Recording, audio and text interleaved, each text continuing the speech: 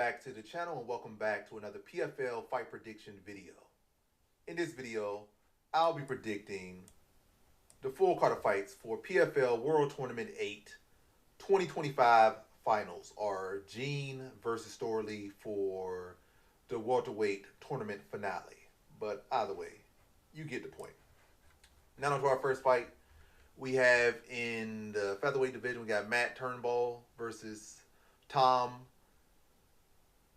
Pagliarulo. Don't really care either way. This guy's record is terrible. Go with this guy. Let's just say some random method. Don't care too much about the way. They both could get knocked out. I could care less. Next fight, we got Damian Nelson versus Isaiah Diggs. How do I feel about this one right here? In the featherweight division, I'm going average confidence Isaiah Diggs to beat Damian Nelson. Yeah, Nelson seems to be like pretty much a striker, athlete type fighter. You know, athletic, not like have an athletic background necessarily, but like, you know, just rely on his natural gifts, no real background. Isaiah Diggs wrestled at a pretty high level. Nelson, when I look at his amateur record, did lose a lot of fights via grappling. And I don't feel like he's fought no real elite grapplers as a pro yet. So I feel like Diggs wrestling will be a big weakness for him, and I think Diggs will look to exploit it. And grind him out to a decision is Diggs gets more experience underneath his belt. So another wrestling grinding decision for Nelson here. So in this one, I have Isaiah Diggs via decision. Now to our next fight, we have in the featherweight division, we got Nathan Kelly versus Frederick Dupraz. And how do I feel about this one right here is I'm going low confidence Frederick Dupraz to pull off the upset and beat Nathan Kelly. So I don't know what the betting odds are, but on draft, honestly not drafting. I don't know what the betting odds are, but I know on Tapology right now, Kelly's a big favorite on Tapology. So Tapology isn't always the betting lines. But yeah, as far as Tapology goes, Dupraz is a big underdog. So I'm going with Dupraz here. Kelly has folded, I think twice is a favorite, or I think once is a big favorite, but twice overall in recent fights he's lost. And I think I don't know if both fights, but I know one fight he was a favorite, like a big favorite, and he got lost. Other fight he may have been underdog. By the way, in both fights he performed miserably and got finished. And Frederick Dupraz, he overachieved in his last fight against a tournament finale, you know, two-time tournament finalist in, I'm forgetting the dude's name, but, you know, Brazilian guy, Braga, I think Gabriel Braga or whatever his name is. I think, is his name Gabriel Braga? Don't quote me on that, but yeah, two-time tournament finalist. And Dupraz had him close to tapping him out, but Gabriel was able to will his way through and then get the sub himself, I think. Again, a much more elite competition. He literally fought a guy that's been at the top of this tournament twice. A place Kelly has never even sniffed or can even really believe to even start to dream and think about yet. And Kelly's coming off two fights where, you know, he definitely big underachieved. So, you know, it's probably a time where he really make a shift and, you know, come out here and do what he was supposed to do in those last two fights, or at least in one of those fights. So that is a concern. But again, I don't ever feel too concerned when I'm picking a dog. Like, I think this is a good dog on the card, Dupraz here. You know, he seemed like he had a good all-around skill set. He has good grappling, pretty strong as well. And Kelly has been submitted twice, so I'm going to go Dupraz to get it done in the first round via sub here. Not a whole lot of confidence at all, but again, it's been a trend that has been happening to Kelly in his last two fights. And Dupraz has the skills to do it, or at least seemingly has the skills to do it. If he could do it to a, you know, put a much better fighter in a similar position and have him close to finish. So I think he could put Kelly in a similar position, but get a finish this time. So in this one, I have Frederick Dupraz via first round submission. Now to our next fight, we have Hussein Kadimagomaev versus Kyle Driscoll. Yeah, Driscoll, like from Red Dead Redemption. People always wait till I'm doing something to text me. Like, please stop. All right. But yeah, Hussein Kadimagomaev, average confidence to beat Kyle Driscoll. I just feel like Hussein is solid enough on the feet, and I think he has a big graphic match. I think he'll be able to grind out Driscoll, mix with the strike, and get the takedown and grind him out to a decision. So straight to the point. In this one, I have Hussein Kadimagomaev via decision. Now to the next fight, we have in the catchweight bout at 160 between Jakub Kaszuba versus Sergio Cossio. And low confidence Kaszuba to beat Cossio. Cossio's very live here. Like, the moment you start sleeping on Cossio, that's when he shows up most times. A very experienced fighter. We got like 50 fights or something. 48, close enough. 50, damn near 50 fights. Experienced veteran, pretty well rounded everywhere. You know, he could definitely touch you. You come in here, And look at Kaszuba on his side. Like, solid fighter. He's 14-0, but nowhere near the experience. And it's not like he's some super young prospect. Like, he's 30 years old. He got experience as well. But this is like really his first time really stepping into this level. I think Kaszuba's going to win. I'll say decision. I think Cossio will keep him honest. But yeah, Kaszuba's bigger, younger, well-rounded. And I think he'll be able to, and fresher as well, I think he'll be able to, keep it competitive, land the heavy shots, use his size, use his youth, and beat Cossio to the decision. But yeah, Cossio definitely gonna keep him honest, and Cossio definitely probably gonna give him one of the biggest tests of his career so far. So in this one, I got Jacob Kaszuba via decision. Now to the next fight we have in the middleweight division, we got Jordan Newman versus Islam Abdul Basset. Yeah, Islam Abdul Basset. And how do I feel about this one right here? I'm going average confidence. Jordan Newman to beat Islam Abdul Basset. I think Basset has a good skill set. He's a good run fighter. He's tough. He's a scrapper. But I think Newman has too much talent in the wrestling department. I think that gap is just too big.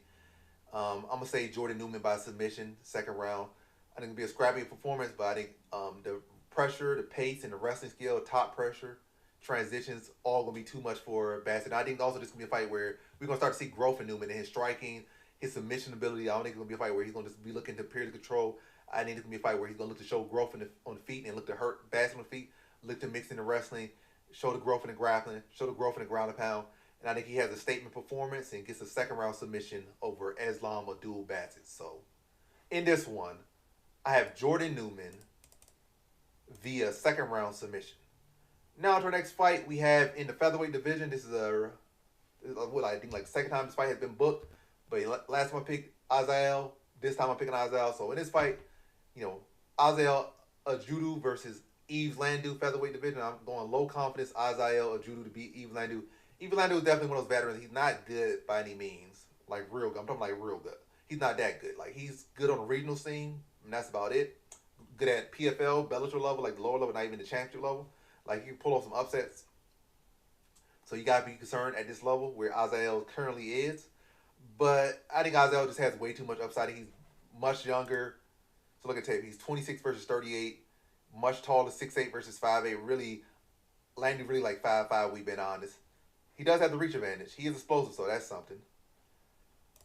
But I think Azael's going to use his length, his kicks to keep Landu at bay.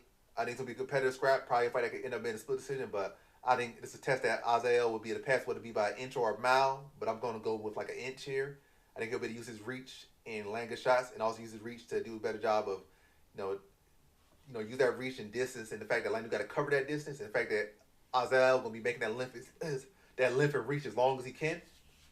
I think he'll be able, if Landu tries to come in with these overhands, he's going to be able to get time to be able to see what's coming and get out of the way or defend it. Or Landu tries to explode into takedowns, give good time to judge it and defend it, or reverse the takedown, reverse the grappling. And I think he beats Landu by decision here. I think good scrap, but I think Azael is going to do a good job of getting off to a good lead, using that length, using that reach, using that youth, using that speed. Kind of gets a little bit dicey as the fight goes on, but I think Azael is going to be able to make the adjustments as the fight goes on. Probably be able to get the better of the scrambles, use his long legs to wrap around the body of Landu, and drain minutes off the clock and beat Landu by decision here. So in this one, I have Azael Adjoudj via decision. Now to our next fight we have in our co-main event for the tournament championship of the featherweight division, PFL 2025. We got Khaybulaev versus Jesus Pinedo. And how do I feel about this fight right here? Is I'm going low confidence Jesus Pinedo to beat Khaybulaev or Khaybulaev. Low confidence Pinedo. I think he gets it done in the distance. I think Kennedy fight? Yeah, Jeremy Kennedy fight exposed Khaybulaev a lot. I don't think he ever was the greatest fighter, but he was a good PFL level fighter. I think he's like a 2-time PFL tournament champion. But yeah, he's not the biggest featherweight like length-wise. We like 5'6". That's very short. A lot of bantamweights are taller than him. His striking arsenal is very limited. Great wrestling and whatnot. But I think Pinedo is much bigger, much more developed. And I think he can pick apart Khaybulaev on the feet, especially the limitations of Khaybulaev's game to just explosions and overhands. Use that length, use that speed, use that youth, use that activity. 6 feet tall versus 7'4". So he'll have a huge leg reach over Khaybulaev. He'll have a huge striking advantage over Khaybulaev. 4-inch reach advantage that he knows how to use, and Khaybulaev don't really know how to throw anything out of power. So a guy with that length versus the short, like stocky midget that's throwing overhands, gonna be the peppermint jabs, slam knees into his chin, into his chest, elbows, all types of things on him. Yeah, Khaybulaev probably gonna cause an issue with the wrestling early, but I think Pinedo gonna do a good job of addressing the wrestling. And, just making Khaybulaev work, and then getting that distance on, sticking that jab on him, extending that length, and making Khaybulaev sloppiness in his big flaws in his game come out and capitalize on him, be the pick on part, and I think he puts Khaybulaev away in the second round via TKO. So in this one, I have Jesus Pinedo via second round TKO. Now to our main event, we have in the welterweight division for the tournament finale, the tournament championship, we have Thad Jean versus Logan Storley. I'm making them names. But yeah, Thad Jean versus Logan Storley. How do I feel about this one right here? I'm going high confidence Thad Jean to beat Logan Storley. I think Thad Jean just too big, too physical, and I think he's showing a lot of growth in his grappling and grappling defense. I think that last fight, I hate when I'm forgetting the guy's name, but yeah, last fight against Jason Jackson, definitely be a fight where he's going to take a lot of lessons from and learn from. And I think Jackson might not be the wrestler that Storley is, but Jackson is a much more complete fighter, better striking, more length. And he put him to a good scrap in that one right there. And I think he'll be to address the grappling Storley, and I just think on defeat Storley really ain't gonna have no answer for the striking of Jean. And even in Storley's last fight, like he looked good early, but he had a lot of bad spots in that fight against a fight that's nowhere near the skill level or talent of Thad Jean or the physical size, physical prowess. So I think Storley might have limited success with the grappling early, but I think whether he has grappling success or not, I think Thad Jean's gonna shut it down pretty quick and have Storley just waste himself out. And I think once Thad Jean starts to connect on Storley, I think Storley never gonna have felt power like that from Jean, and I think Jean's gonna be able to put him out. And I'll say second round. I think Storley's gonna be able to survive through the first round barely, and then in the second round he's just gonna be a sitting duck, pretty much on life support. And Thad Jean's gonna be a stalk him down, tag him. Even if the shot's not flush, where they hit him to arm, where they hit him to the body, I think it's gonna have a significant effect, and Storley is gonna just be losing big chunks out of his HP with every single shot that hits clean on arm or any part of his body. You're going to start seeing breakdown, and it's feel like it's visibly thin and visibly wilting underneath the power and presence of Thad Jean. I think Thad Jean knocks him out in the second round. So in this one, I have Thad Jean via second round TKO. And so that concludes my fight predictions. So let me say it again. That concludes my fight predictions for the four Carter fights for PFL World Tournament 8 2025 Finals. Thanks for watching. Like, comment, and subscribe, and come back for more videos.